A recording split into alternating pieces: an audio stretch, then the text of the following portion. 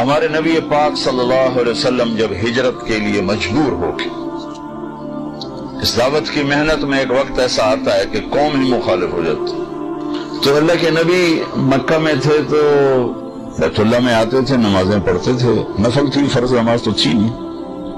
پھر حضرت حمزہ نے کلمہ پڑھا، حضرت عمر نے پڑھا، تو پہلی دفعہ مسجد میں نماز پڑھی، جو نفل ہی تھی، فرض نہیں تھی۔ لیکن پھر بھی جب زیادہ ہو گیا کام اور رہنا مشکل ہو گیا تو آپ نے ہجرت کا ارادہ کیا۔ ادھر حضرت ابو طالب فوت ہو گئے تو ان کی وفات سے جو باہر پروٹیکشن تھی وہ ختم ہو گئی، ادھر حضرت خدیجہ فوت ہو گئی ایک ہی مہینے میں 10 دن کے اندر، پہلے چچا پھر بیگم، تو باہر کا آسرا بھی ختم ہو گیا، اندر کا آسرا بھی ختم ہو گیا۔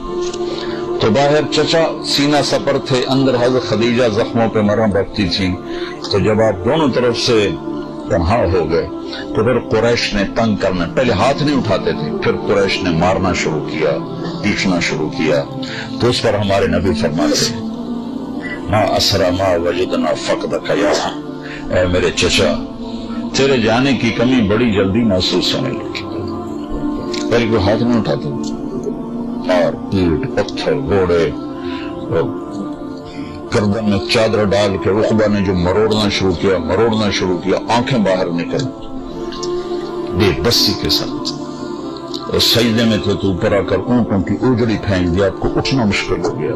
یہ سارے کام چچا کی وفات کے بعد ہے، چچا کی زندگی میں کوئی ایسا نہیں کرتا تھا، ویسے منہ سے تنگ کرتے تھے، ہاتھ کوئی نہیں اٹھاتا۔ جب یہ دونوں آسرے ختم ہو گئے تو پھر آپ نے کہا چلو میں طائف چلا جاؤں، شاید وہاں پناہ مل جائے۔ وہاں تشریف لے گئے تو انہوں نے وہ حال کیا تو 3 میل اللہ کے نبی کو تو پتھر پڑے، اور آپ گرتے تھے اٹھتے تھے۔ تو جب آپ واپس پہنچے تو آپ کو مکے میں داخل ہونے کی ہمت نہیں رہی، تو آپ نے سہیل بن عمر کو پیغام بھیجا مجھے پناہ دو، میں اندر آنا چاہتا ہوں، اس نے انکار کر دیا۔ پھر آپ نے اخنس بن شریک کو پیغام دیا کہ مجھے پناہ دو، میں اندر آنا چاہتا ہوں، اس نے انکار کر دیا۔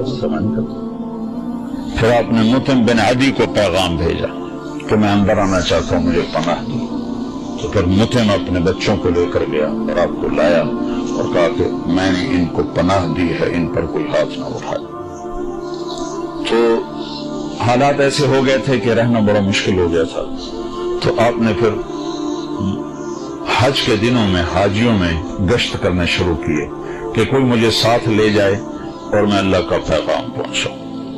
تو سب سے زیادہ جو دکھ والی بات آپ سنتے تو یہ ہوتی تھی کہ قبیلے والے پوچھتے تیری قوم کا تیرے ساتھ کیا معاملہ ہے، تو آپ فرماتے انہوں نے تو جھٹلا دیا ہے۔ تو وہ کہتے جب تیری قوم نے تجھے جھٹلایا ہے تو ہم تجھے سچا کیسے جانے۔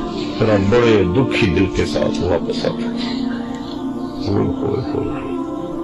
کیا گزرتی ہوگی اللہ کے نبی کے دل پر، اللہ کائنات کی افضل ترین ہستی،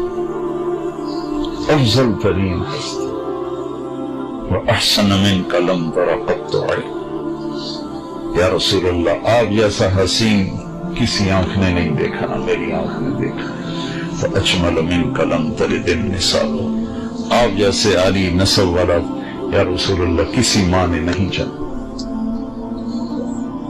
اتنا فَكَانَ قَابَ قَوْسَيْنِ أَوْ أَدْنَىٰ، اتنے اونچے مقام والے۔ بنو حنیفہ کو دعوت دی، انہوں نے گالیاں نکالی، آپ اونٹنی پہ سوار ہوئے، اونٹنی کھڑی ہوئی تو اس نے پیچھے سے نیزہ مارا ابن بجیرہ نے، تو آپ اونٹنی سے گر کر زمین پر آئے، یوں گرے، چٹانوں کے اوپر گرے۔ یہ وہ ہے جس کے چہرے کی اللہ نے قسمیں کھائیں، والضحیٰ، جس کی زلفوں کی قسمیں کھائیں، واللیل اذا سجی۔ نیزہ لگا، الٹ کے گرے، دعوت دیتے دیتے دیتے تھک گئے، نتیجہ کیا ہوا، کسی نے منہ پہ تھوک دیا، کسی نے تھپڑ مار دیا، کسی نے کرتا پھاڑ دیا۔ اب اس امت کو سمجھانا پڑ رہا ہے کہ تبلیغ بھی تھوڑے ذمہ، کتنے لکھا ہے ساڑھے ذمہ، کچھ پڑھو تو پتہ چلے گی ذمہ۔